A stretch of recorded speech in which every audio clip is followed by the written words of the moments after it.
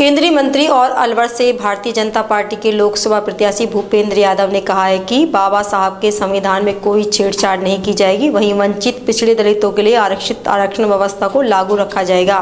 उन्होंने ये बात रविवार को अलवर में अंबेडकर सर्किल पर बाबा भीमराव अंबेडकर की प्रतिमा पर पुष्पांजलि अर्पित करने के बाद पत्रकारों से बातचीत करते हुए कही। उन्होंने कहा कि बाबा साहब का देश के लिए ऐतिहासिक योगदान रहा है।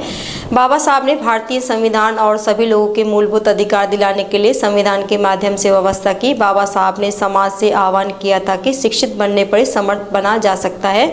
सामाजिक छुआछूत और भेदभाव के स्थान पर उन्होंने न्याय, करुणा, सामाजिक समानता और एकता के सिद्धांत को प्रतिपादित किया। उन्होंने कहा कि बाबा साहब की आरक्षण व्यवस्था के तहत वंचित पिछड़े दलित समाज को आगे बढ़ाने का अवसर दिया गया। उन्होंने कहा कि भारतीय जनता पार्टी आरक्षण व्यवस्था को लागू और जारी रखेगी, जिससे गरीब पिछड़े दलित तबके को योगदान मिलता रहे।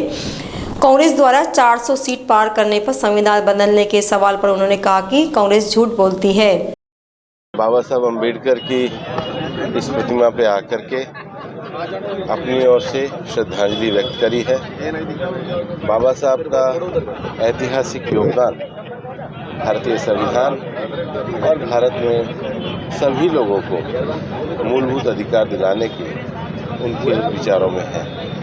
बाबा साहब ने समाज से आह्वान किया था कि शिक्षित बनने पर ही समर्थ बना जा सकता है। सामाजिक छुआछूत, भेदभाव के स्थान पर करुणा, न्याय, सामाजिक समानता और एकता के सिद्धांत बाबा साहब ने प्रतिपादित किए। बाबा साहब ने संविधान निर्माण में जिस आरक्षण व्यवस्था को लागू किया है, वो आरक्षण व्यवस्था ने सदियों से वंचित, दलित और पिछड़े समाज को समाज की मुख्य धारा में आगे बढ़ने का अवसर दिया है।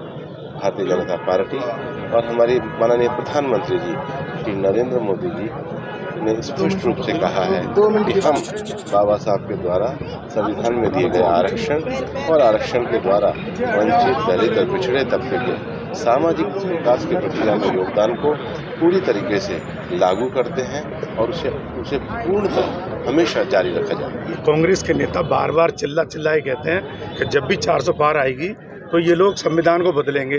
कल अमित शाह जी ने भी हम स्पष्ट कर चुके हैं, कांग्रेस तो झूठ बोलती है।